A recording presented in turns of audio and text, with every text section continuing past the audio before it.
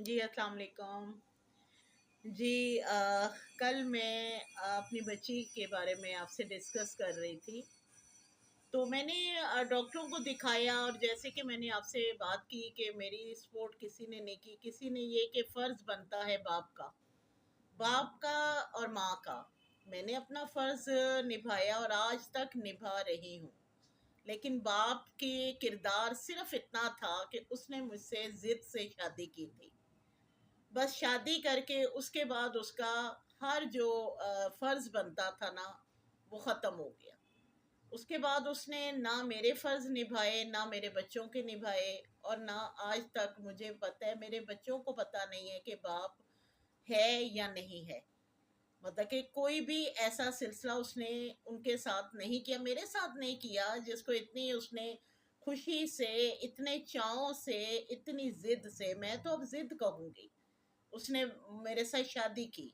उसके घर वालों ने मेरे माँ-बाप को इमोशनल ब्लैकमेल किया।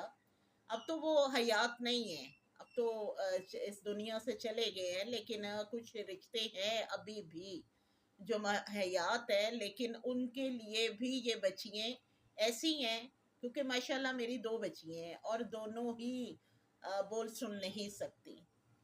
दोनों बोल सुन नहीं सकती और दोनों का एक ही प्रॉब्लम है। बहरहाल मैं आपको वहाँ से ही बात बताऊँगी जहाँ से मैंने कल छोड़ी थी। मैंने डॉक्टरों को दिखाया, काफ़ी कोशिश की, लेकिन मैं इसमें नाकाम हुई क्योंकि ये अल्लाह की मर्ज़ी थी। अल्लाह के हुज़ूर ही इल्तिजा हो सकती थी। डॉक्टरों ने मुझे कंप्लीटली जो इसका रिज़ल्ट था वो बता दिया था।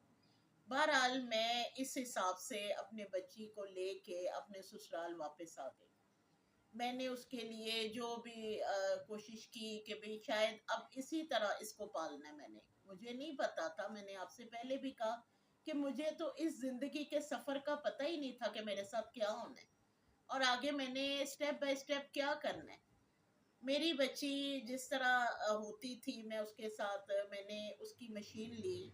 उस वक़्त, उस ज़माने में, आज से कोई 20 साल पहले की आप लगा लें बात, तो उस वक़्त वो 18,000 का एक आला जिसको कहते हैं वो आया और मैंने उसको अपना ज़ेवर बेच के मैंने उसको परचेज़ किया, एक लिया, जितनी मेरी हिम्मत थी।